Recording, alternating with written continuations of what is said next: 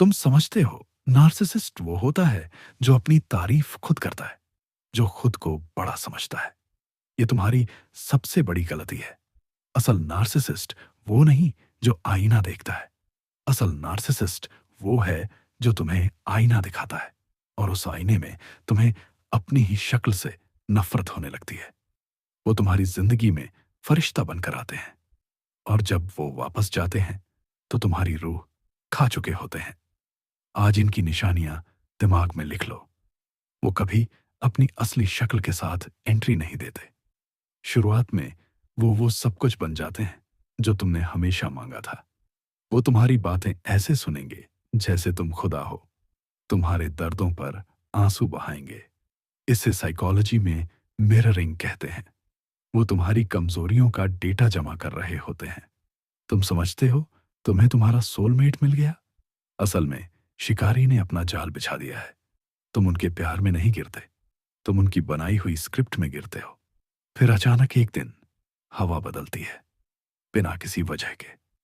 वो इंसान जो कल तक तुम्हारे लिए जान देता था, आज तुम्हें ऐसे देखेगा जैसे तुम सड़क का कचरा हो। वो सीधा हमला नहीं करेंगे।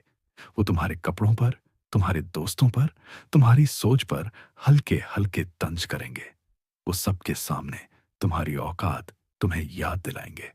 और जब तुम तकलीफ में रिएक्ट करोगे तो वो ठंडी मुस्कुराहट के साथ कहेंगे, तुम बहुत सेंसिटिव हो, मैं तो मजाक कर रहा था। तुम्हारा दिमाग कंफ्यूज हो जाता है।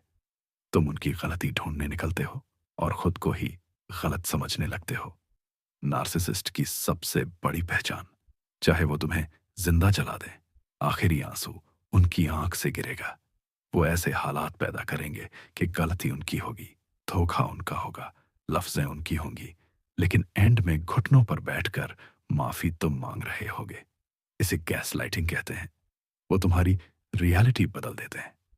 तुम रोते हो उन्हें समझाने के लिए और वो खामोश दीवार बन जाते हैं। वो तुम्हें इतना थका देते हैं कि तुम सच और झूठ का फर्क भूल जाते हो। तुम बस उस जहनी अजाब से बचने के लिए हथियार डाल देते हो। वो तुम्हारी ताकत से नहीं जीतते, वो तुम्हारी थकावट पर जीतते हैं। समझ लो इस बात को। उन्हें तुम्हारी मोहब्बत नहीं चाहिए। उन्हें तुम्हारी एनर्जी, तुम्हारा दुख, तुम्हारा रोना और तुम्हारा टूटना चाहिए। तुम उनके लिए इंसान नहीं हो, तुम सिर्फ एक सप्लाई हो, उनका फ्यूल। जब तुम्हारी एनर्जी खत्म हो जाएगी, जब तुम आधी लाश बन जाओगे, जब तुम्हारे पास उन्हें देने के लिए मजीद आंसू नहीं बचेंगे, वो तुम्हें रास्ते पर छोड़कर नया शिकार ढूंढ लेंगे, बिना किसी पछतावे के, बिना किसी मुड़ के देखने के। उनको ठीक करने की कोशिश मत करो। नार्सिसिस्ट से जीतने का सिर्फ एक तरीका है, गेम खेलना छोड़ दो।